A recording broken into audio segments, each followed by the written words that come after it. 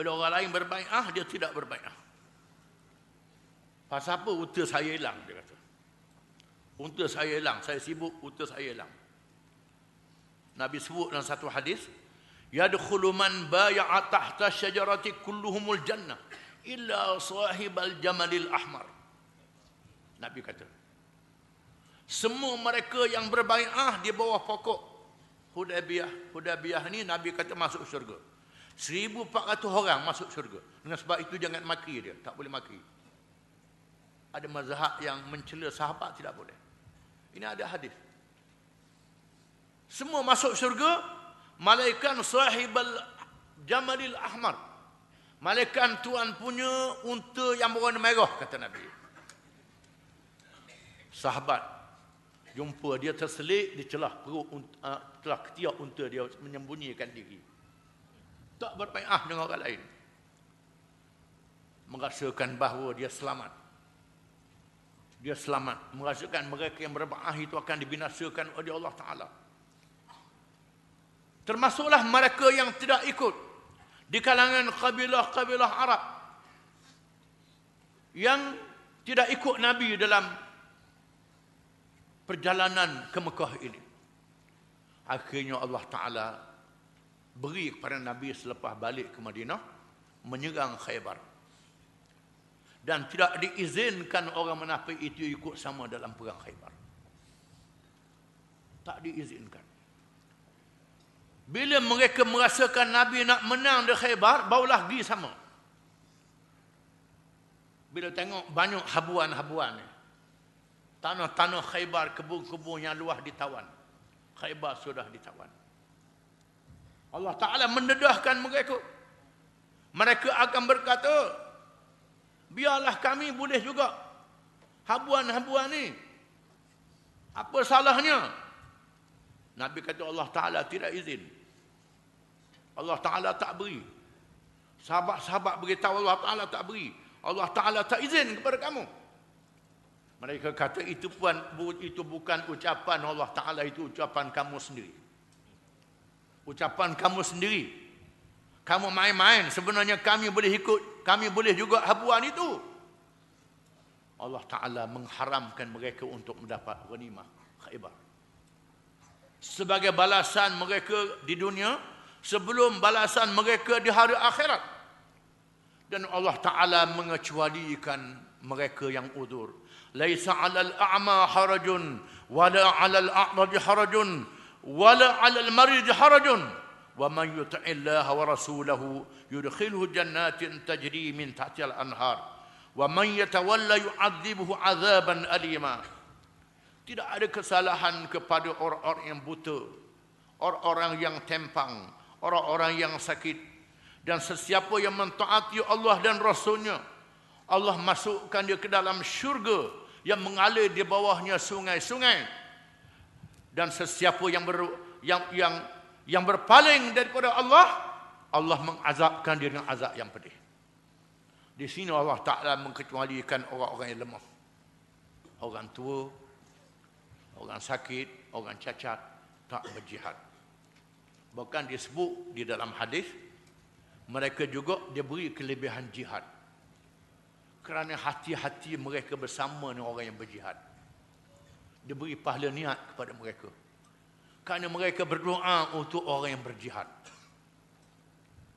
Nabi sebut dalam satu hadis. Nabi kata di sana ada di Madinah mereka yang tidak bersama dengan kita. Tak ikut kita, mereka diberi pahala oleh Allah Ta'ala. Kerana hati-hati mereka bersama dengan kita. Dan dibuktikan keikhlasan mereka bersama dengan Islam. Abdullah bin Maktum, sahabat yang buta, yang turun surah Abasa wa Tawalla. Seorang sahabat Nabi yang buta turun surah Quran dengan sebab dia. Kerana Nabi tak layan dia melayani pemimpin Mekah. Ketika di Mekah, dia termasuk di kalangan as-sabiqin al-awwalin, orang yang awal-awal masuk Islam. Allah Maktum ni pernah berjumpa dengan Nabi, wahai Rasulullah, apa salahnya bawa saya berjihad? Tak apalah saya buta. Saya buta tak apa. Letakkan saya di tengah-tengah dua pasukan yang berperang itu. Biar saya mati di tengah. Kata dia. Menandakan keikhlasan dia. Nabi kata Allah Ta'ala telah mengizinkan kepadamu. Mu tak pergi tak apalah. Kalau pergi wak berat agaklah dia. Kena papah dia pula nak lawan musuh. Tak apalah Tuhan beri kelebihan. Tapi semangat dia macam itu. Ini keikhlasan yang dibuktikan oleh mereka. Menunjukkan bahawa semua orang-orang yang beriman, yang ikhlas, bukan saja yang kuat termasuk yang lemah, dia beri pahala oleh Allah. Disebut dalam hadis barang siapa yang berniat untuk mati dalam perjuangan Islam. Dengan niat yang ikhlas, lalu dia mati di atas hamparannya. Dia beri oleh Allah kelebihan mati dalam perjuangan untuk menegakkan Islam. Ini kelebihan mereka yang beriman yang tak ada pada orang lain. Seterusnya di antara yang menarik di dalam surah ini ialah mimpi Nabi SAW. Nabi memberitahu dia bermimpi masuk Mekah dengan sahabat-sahabatnya dalam keadaan memakai pakaian ihram. Maka Nabi percaya ini adalah wahyu daripada Allah. Mimpi seorang Rasul adalah wahyu daripada Allah. Sebagaimana mimpi Nabi Ibrahim alaihissalam. Ibrahim bermimpi menyembelih anaknya. Lalu Ibrahim panggil anak dia Ismail. Beritahu ayah bermimpi, ayah sembelihmu. Ismail beriman ayah dia Ibrahim adalah Rasulullah. Wahai ayah sembelihlah. Tak apa saya sabar insya-Allah. Dalam Quran disebut kisahnya. Ibrahim beriman, Ismail beriman. Allah Ta'ala nak uji saja. Lalu Allah Ta'ala batalkan, ditukar dengan korban menyembelih binatang. Itu ujian daripada Allah. Menunjukkan mimpi Rasulullah adalah benar. Bila keluar-keluar, tiba-tiba dihalang masuk Mekah. Sedangkan Nabi bermimpi masuk Mekah. Macam mana? Buat perjanjian Hudaybiyah, Suhaib bin Amr kata, aku tak mau masuk. Tak benar masuk Mekah tahun ni. Tulis dalam perjanjian. Muhammad dan pengikut-pengikutnya tak dibenarkan masuk ke Mekah pada tahun ini. Mereka dibenarkan masuk Mekah tahun depan. Dia nak menang juga dia. Ini degil. Nak menang juga. Ini hamiyatul jahiliyah. Padahal dah tengok dah Nabi pakai ihram. Dekat dah dengan Mekah. Dia nak menang dia juga. Ini Sayyidina Umar geram ni. Yang sahabat-sahabat geram ni. Tulis dalam perjanjian Muhammad dengan pengikut tak boleh masuk Mekah tahun ni. Walaupun dah pakai ihram. Masuk tahun depan. Nabi kata tak apa, tulis. Ikut perjanjian tu. Lalu dibuat tahallul yang ihsar tadi. Dalam keadaan yang sangat sedih. Sedangkan Allah Ta'ala tunjuk dalam mimpi masuk Mekah. Ini menggugat iman orang-orang munafik. Muhammad kata dia mimpi. Mimpi apa? Mimpi kosong. Orang boleh buat main. Mimpi kosong. Mimpi daripada Allah adalah benar. Cuma bila berlaku kita tak tahu. Kita tak tahu. Mimpi daripada Allah. Dan Allah Ta'ala menggunakan mimpi kepada orang-orang yang khas salih. Disebut dalam hadis riwayat Abi Sa'id Al-Khudri radhiyallahu anhu. Ar-ru'ya as-salihatu juz'un min 46 juz'an minan nubuwah. Rawahul Bukhari wa Muslim. Mimpi yang salih satu juzuk daripada 46 juzuk kenabian. Hadis riwayat Bukhari dan Muslim. Hadis riwayat Muslim pula, ar-ru'ya salihatu juz'un min 70 juz'an minan nubuwah. Mimpi yang salih satu juzuk daripada 70 juzuk kenabian. Itu mengikut kesalehan seseorang. Yang pertama kata 40. 46. Yang kedua kata 70. Ini mungkin keduduk martabat orang yang salih itu. Beza hadis ini. Ini tidak jadi khilaf. Dan Allah Ta'ala juga beri mimpi amaran kepada orang kafir. Mimpi yang benar dia beri kepada orang kafir. Fir'aun bermimpi sebelum kelahiran Nabi Musa alaihissalam. Ditunjuk oleh Allah yang menakutkan Firaun. Di sana ada ru'ya yang benar daripada Allah yang dikurniakan kepada hamba-hambanya. Sama ada yang saleh ataupun yang tidak saleh. Apalagi di zaman tidak ada kenabian. Dikurniakan mimpi, kita tak tahu takbirnya. Perkara akan berlaku. Setelah berlaku baru tahu. Tahun berapa. Di sini dalam Islam disebut dalam Quran, disebut dalam hadis, peranan mimpi alam roh kepada manusia. Ada mimpi daripada syaitan, ada mimpi daripada Allah Ta'ala yang boleh dibezakan di antara satu sama lain dalam hal ini. Ada seorang yang paling bijak dalam ilmu takbir mimpi, dia Muhammad bin Sirin. Muhammad bin Sirin, Tuhan beri pada dia alim dalam takbir mimpi. Dalam bab fiqh dia kau yang dhaif. Bab fiqh kau yang dhaif. Bab mimpi kau yang sahih. Muhammad bin Sirin, ulama tabi'in. Pernah seorang bermimpi berjumpa dengan dia, wahai Syekh Muhammad bin Sirin, saya bermimpi seekor ayam jantan menelan mutiara. Dia telan mutiara, keluar makin besar mutiara itu. Lepas tu dia telan sebiji lagi, keluar sama besar mutiara itu. Dia telan sebiji lagi, keluar makin kecil mutiara itu. Apa makna ini? Kata Muhammad bin Sirin, yang pertama tu dia telan, lepas tu makin besar. Itu Hasan Basri. Muhammad bin Sirin, Qatadah, Hasan Basri, ulama tabi'in yang semasa. Itu Hasan Basri. Di mana dia dapat ilmu dia berkembang dengan luas. Dia telan mutiara, lepas tu keluar sama banyak. Itu Qatadah. Ilmu dia macam tu je. Dia telan, tubik halus je, itu aku dia. Ilmu aku tak berapa berkembang. Ini menunjukkan tawadhu'nya dia, Muhammad bin Sirin ini. Di antara pandangan dia ialah boleh jamak semayang masa muqim.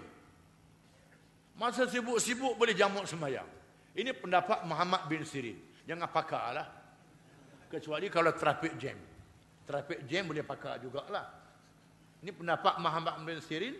Dan dia adalah ulama tabi'in. Di sana ada mimpi-mimpi yang benar. Yang diketahui oleh al-Attab macam Nabi Yusuf. Termasuk Sayyidina Abu Bakar. Syurahbil bin Hasanah. Temu Sayyidina Abu Bakar. Wahai Amir, wahai Khalifah. Saya bermimpi saya masuk dalam kebun. Kebun yang luas. Saya pun turun tengok orang ramai. Kemudian saya tengok. Dan saya tengok Khalifah pun ada juga. Dia cerita dalam mimpi itu. Saya cadangkan supaya kita masuk menawan Rom setelah kita menang di Parsi. Abu Bakar menangis. Kata Abu Bakar, mimpi itu menandakan aku nak mati. Tak lama lagi aku mati, kata dia.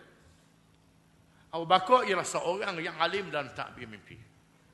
Aku nak mati. Dan Islam akan menawan Rom.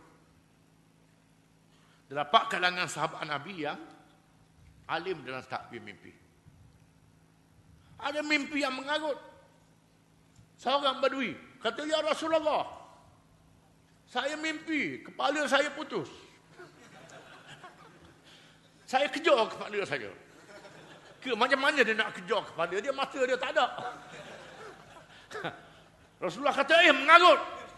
Nabi kata, jangan cerita ke orang, itu syaitan. Kata badui. Nabi kata, ini adalah hadis kisah ni. Orang tanya Muhammad bin Sirin. Muhammad bin Sirin kata, sebenarnya mimpi itu ada. Takbir dia menandakan Nabi nak mati.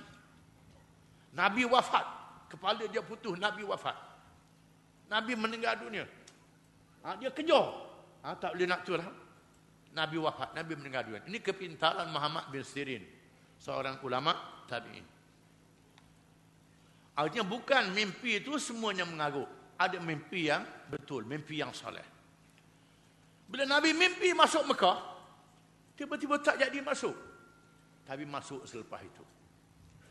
Yang membawa kepada kemenangan yang sangat besar.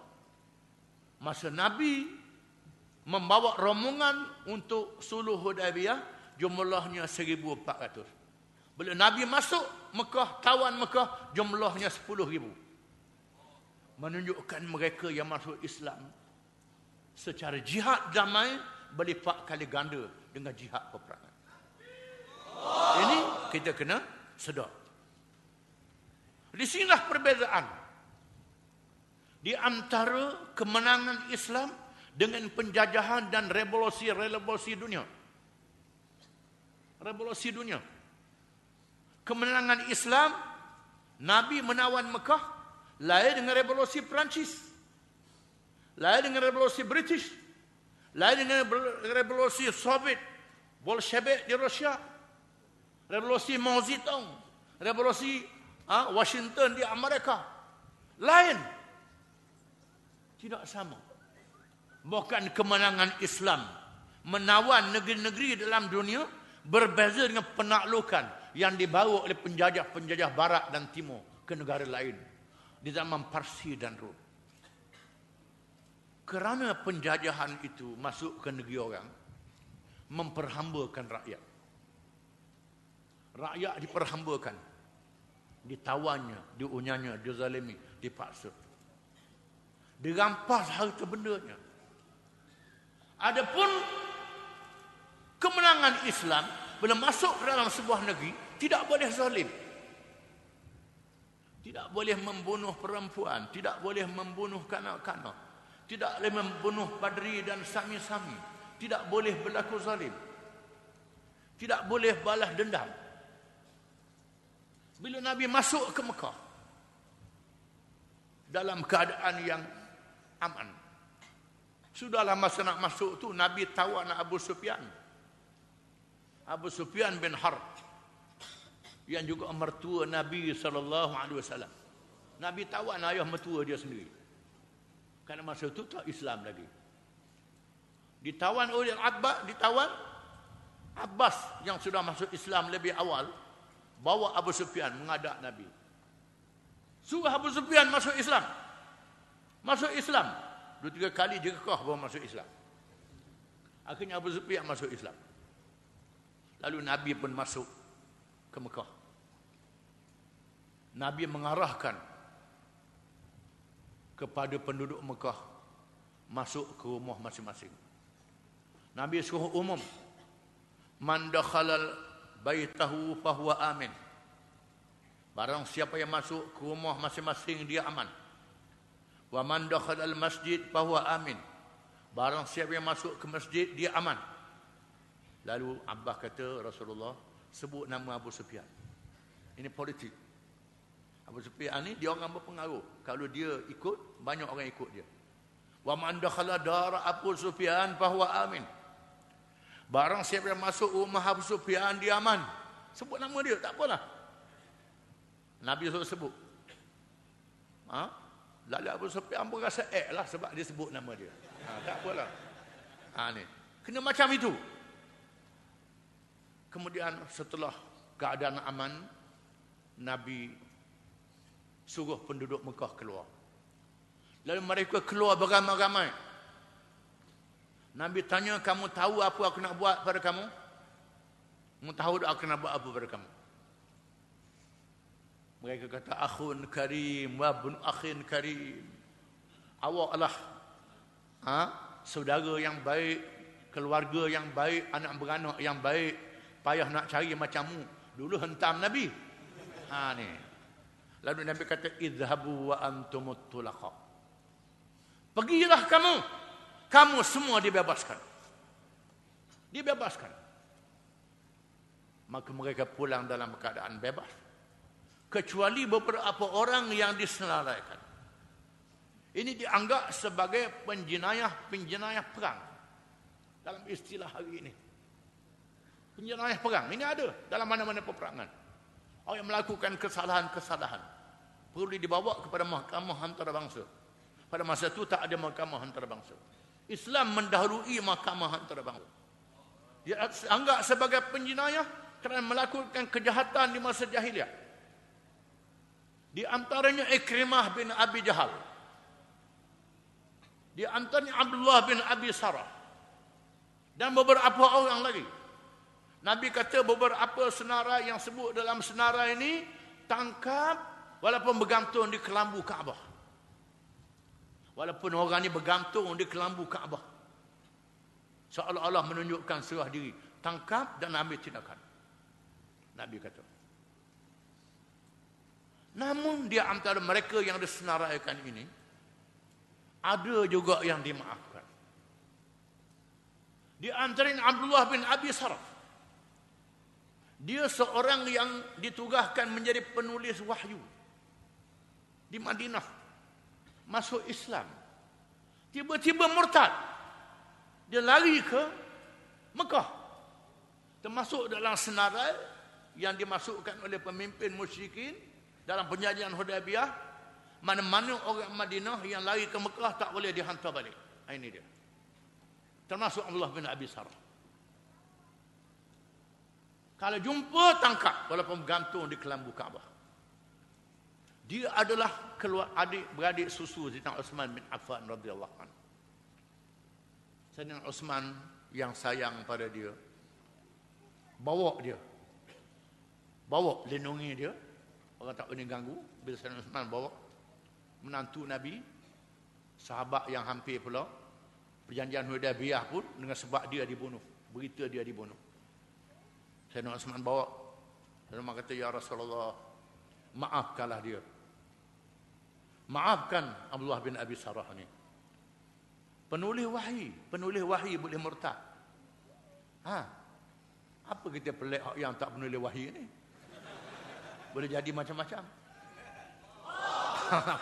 Takbir yang di luar. Penulis wahyu. Lalu Sayyidina Umar kata, maaf wahai Rasulullah. Rasulullah senyap. Tak jawab. Rasulullah maafkan dia. Rasulullah senyap. Rasulullah maafkan dia. Dengan lembut Sayyidina Uthman kata, maafkan. Rasulullah kata, aku maafkan dia. Lalu Sayyidina Uthman pun bawa dia keluar. Rasulullah kata, mengapa masa aku diam tadi kamu tak hentam saja? Seorang sahabat kata, wahai Rasulullah, mengapa Rasulullah tak kenit? Kenitnya kami itulah. Nabi kata, Nabi dia tak boleh kenit. Itu termasuk dalam khainatul ayun. Seorang Rasul tidak boleh menjatuhkan hukuman dengan kenyit-kenyit begitu. Tak boleh. Tak boleh. Maka Abdullah bin Abi Sarah ni termasuk di kalangan orang yang dimaafkan oleh Nabi.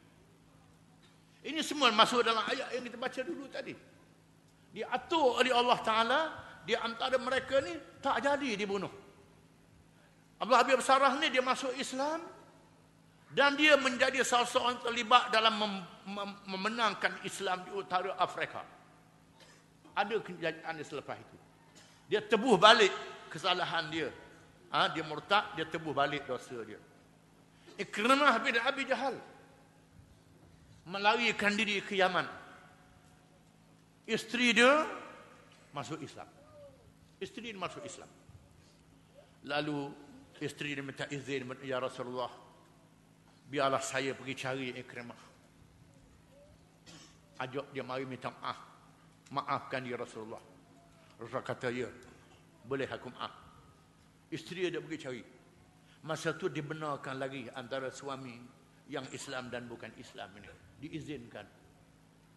Syariat belum dinasahkan lagi.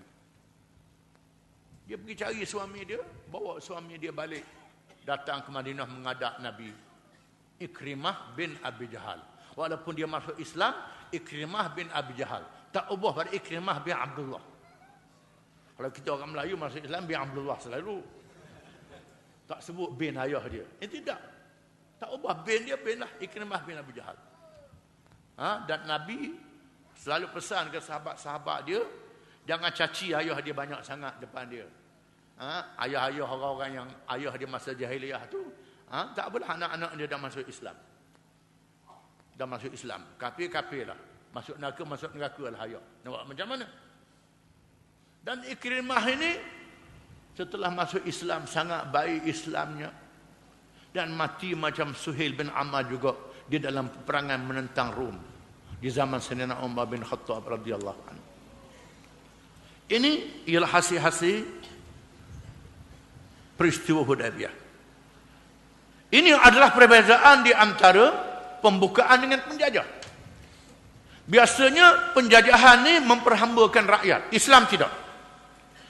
Kalau revolusi balas dendam. Revolusi Perancis mungkin juta mati. Revolusi British mungkin nak kata berapa banyak mati.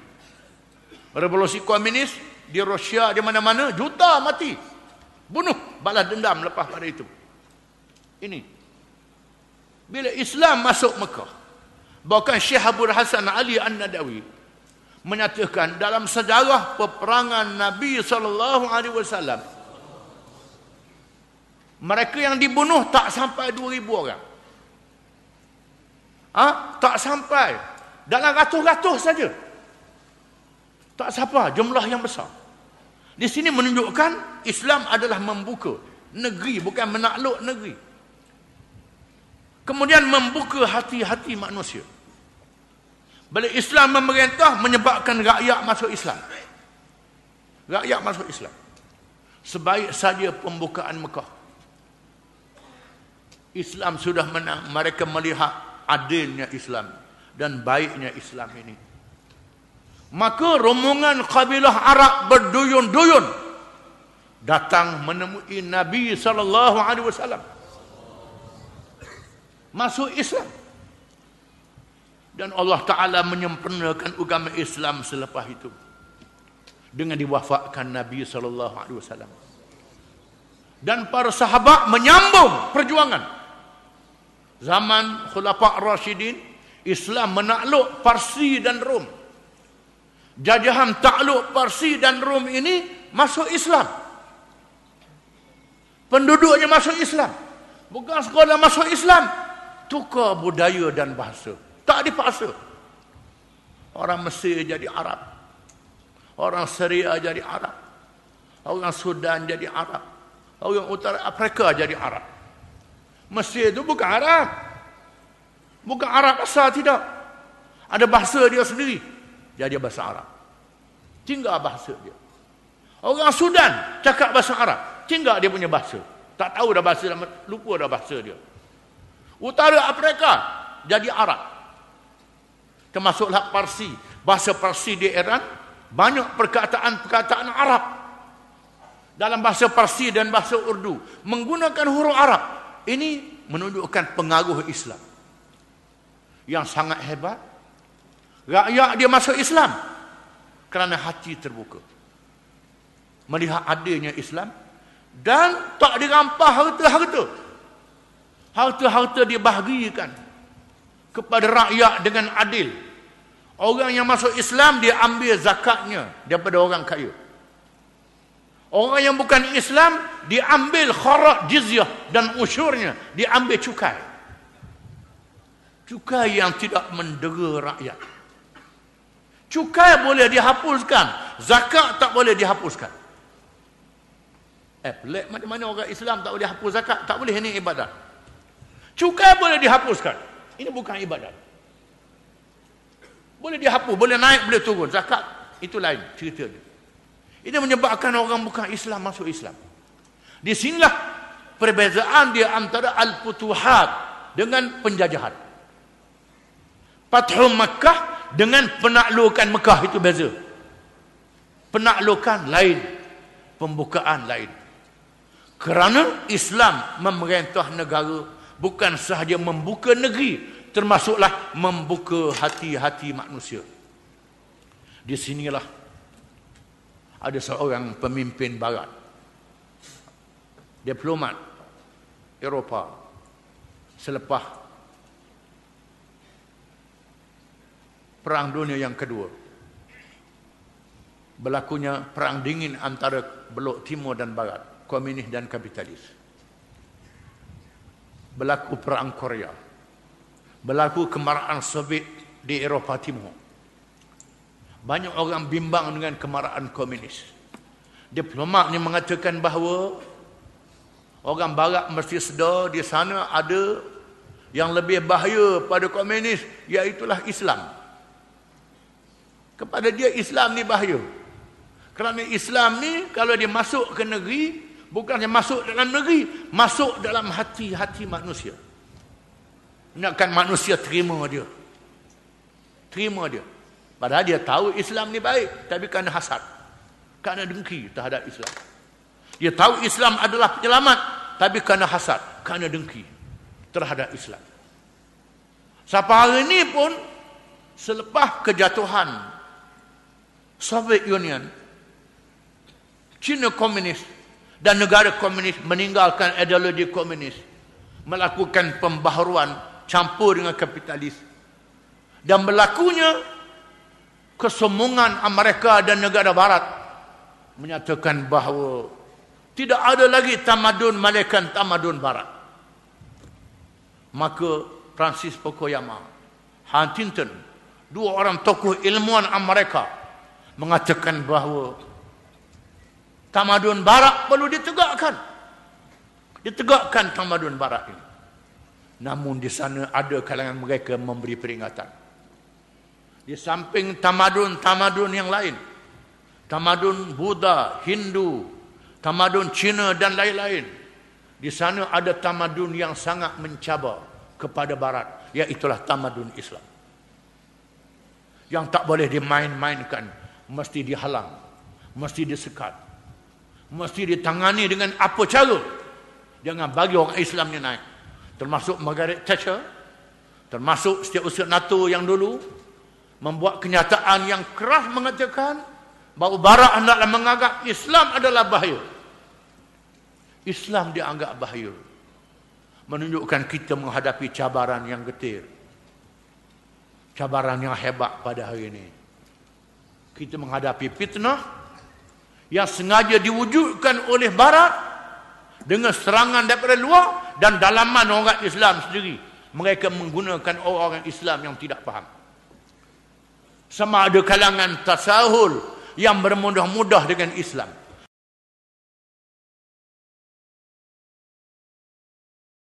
Yang memandang ringan dengan Islam. Remeh-temeh dengan Islam. Mahu Islam, tapi remeh-temeh. Ada yang bertasyadud, yang melampau dengan Islam. Terlalu kasih, tapi dengan cara yang melampau, dengan cara tidak fiqh, memahami bagaimana melaksanakan Islam itu. Ini wajib kita tangani dengan sebaik-baiknya. Dan akhirnya surah ini mengingatkan kita kepada petunjuk mengapa diberi kemenangan kepada Muhammad sallallahu alaihi wasallam. Diberi kemenangan kepada sahabatnya ialah dengan sifat-sifat yang ada pada mereka. Maka umatnya di akhir zaman yang menggalas amanah ini mestilah bersifat dengan sifat-sifat ini. Dinyatakan dan tegas setelah janji Allah Subhanahu wa taala, "Walladzi arsala rasulahu bil huda wa dinil haq liyuzhirahu 'ala ad-din kullih wa kafa billahi syahida." Dialah Tuhan yang telah mengutuskan rasulnya dengan petunjuk dan agama yang benar untuk memenangkan Islam ini mengatasi segala ajaran-ajaran yang lain, dan cukup Allah menjadi saksi. Islam akan menang. Ini janji Allah Ta'ala. Menang. Kemalangan yang berlaku di Iraq, di Syria, yang berlaku di Libya, yang berlaku di Kashmir, yang berlaku di Bangladesh, yang berlaku di Rohingya, yang berlaku di Afrika Tengah, yang berlaku rata-rata dunia, darah orang Islam mengalir. Ada mereka mengatakan itulah darah al-makhab, darah ibu-ibu mengandung untuk melahirkan anak, darah orang perempuan nak melahirkan anak, darah yang mengalir untuk melahirkan kemenangan Islam yang dijanjikan oleh Allah Subhanahu wa taala. Disebut dalam hadis, la tuftahannal Qastantiniyah war Rumiyah, akan dibuka, dibuka dengan menang kota Konstantinopel dan kota Rom. Konstantinopel ialah Istanbul. Itu sudah berlaku. Rom ialah pusat Roman Catholic, Vatican. Ada Vatican City di situ. Allah menjanjikan kemenangan. Islam akan masuk sampai ke situ bila tiba masanya. Akan tiba masanya. Kerana ucapan Nabi akan berlaku. Tetapi nak berlaku itu mestilah orang Islam mewarisi sifat-sifat yang ada pada Nabi dan sahabat-sahabatnya. Firman Allah Ta'ala menutup surah ini. Muhammadur Rasulullah. Walladzina ma'ahu asyidda'u 'alal kuffar. Ruhama'u bainahum. Tarahum ruk'an sujjada. Yabtaghuna fadlan minallahi wa ridwana. Simahum fi wujuhihim min athari sujud. Dzalika mathaluhum fit Taurat wa mathaluhum fil Injil kazar'in akhraja syat'ahu fa'azarahu fastaghlaza fastawa ala suqih yu'jibu az-zurra' liyaghiza bihimul kuffar wa'adallahu alladhina amanu wa 'amilus salihati minhum maghfiratan wa ajran 'azima. Muhammad Rasulullah sallallahu alaihi wasallam dan orang-orang yang bersama dengannya, bersama dengan Nabi SAW, asyidda'u 'alal kufar, sangat hebat, gagah berani, gagah perkasa menghadapi orang-orang yang melawan Islam. Orang yang melawan Islam mereka hadapi dengan berani, dengan kehebatan. Ruhama'u bainahum, berkasih sayang sesama mereka. Sesama mereka berkasih sayang. Bukan tak kelahi-kelahi, bukan tak ada khilaf, tapi betul ansur di antara satu sama lain. Disebut dalam suratul Maidah, ya ayyuhalladzina amanu man yartadda minkum an dinihi fasawfa ya'ti Allahu biqaumin yuhibbuhum wa yuhibbunah adillatin 'alal mu'minina a'izzatin 'alal kafirin. Wahai orang-orang yang beriman, sesiapa yang menyeleweng di kalangan kamu daripada agamanya, maka Allah akan melahirkan satu kumpulan di kalangan orang-orang yang beriman.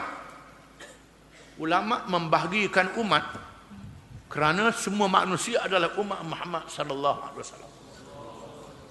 Umat Muhammad dibahagi pada tiga: ummatul da'wah, ummatul ijabah, ummatul ittiba'. Ummatul da'wah ialah umat yang didakwah ajak masuk Islam. Semua manusia, seluruh manusia dan jin, Islam dan bukan Islam, itu ummatul da'wah. Adalah umat dakwah Nabi Muhammad sallallahu alaihi wasallam. Yang kedua, ummatul ijabah, umat yang sudah menyahut seruan Islam, yang sudah jadi orang Islam.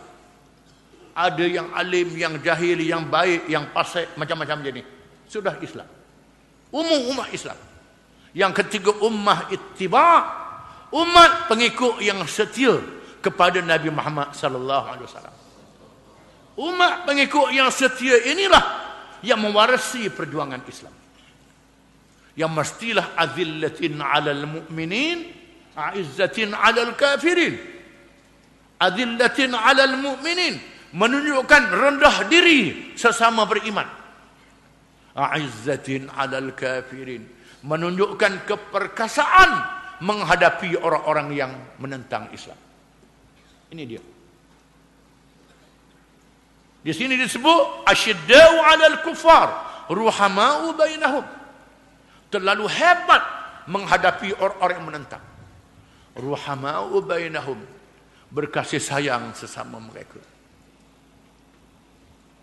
Bila kelahi, sanggup maaf di antara satu sama lain. Walaupun ada khilaf, ada pertelengkahan, sehingga melahirkan berbagai-bagai mazhab. Mazhab para sahabat, mazhab para tabi'in. Ada mazhab kata kena lafaz niat, kena kata usalli. Ada mazhab kata tak payah kata usalli. Ada mazhab kata baca kunut subuh, ada mazhab kata tak baca kunut subuh. Ada mazhab kata pula tiap-tiap semayang ada kunut belaka.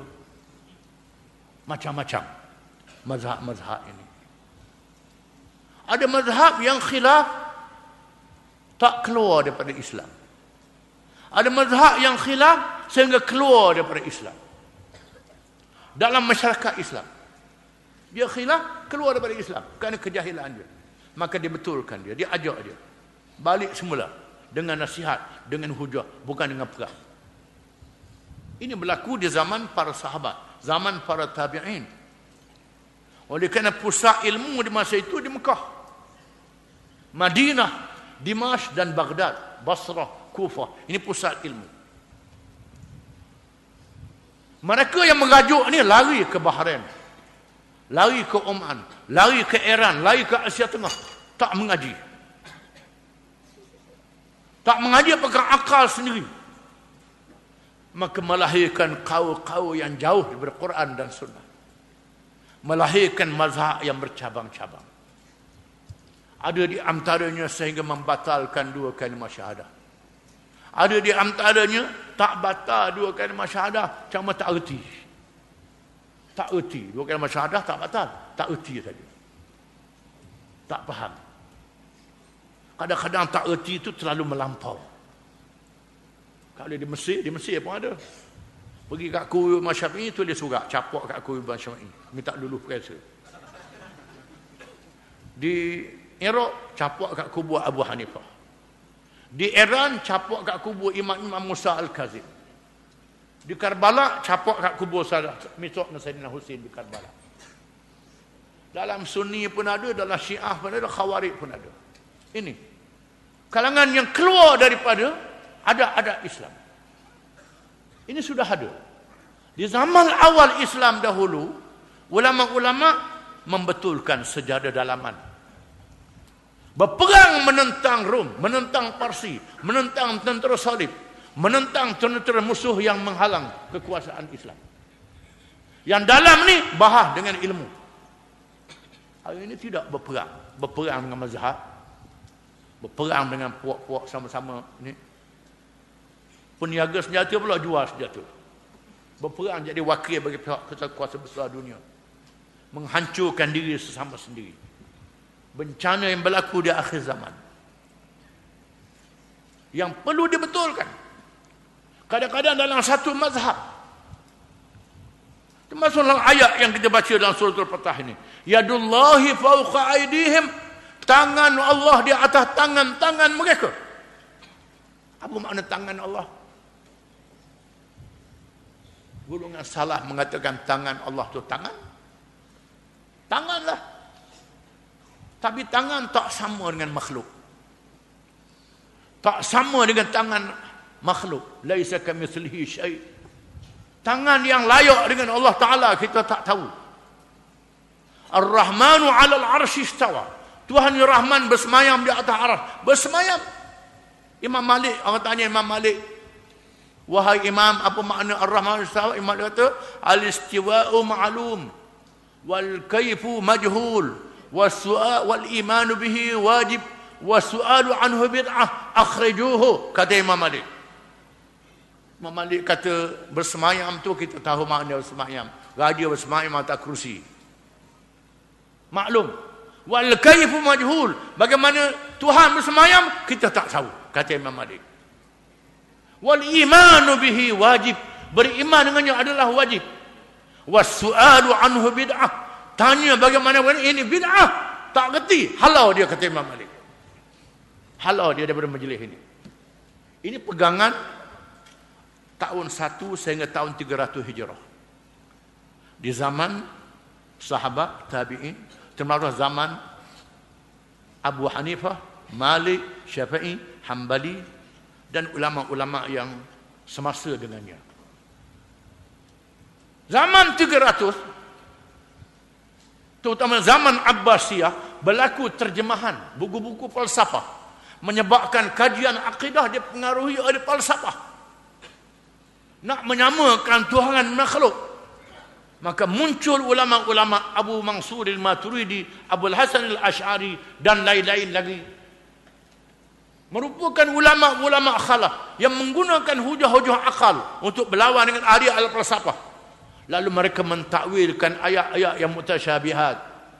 Tangan dengan makna kuasa. Bersemayam dengan makna memerintah. Berkuasa dan memerintah. Berdebat dalam masalah qada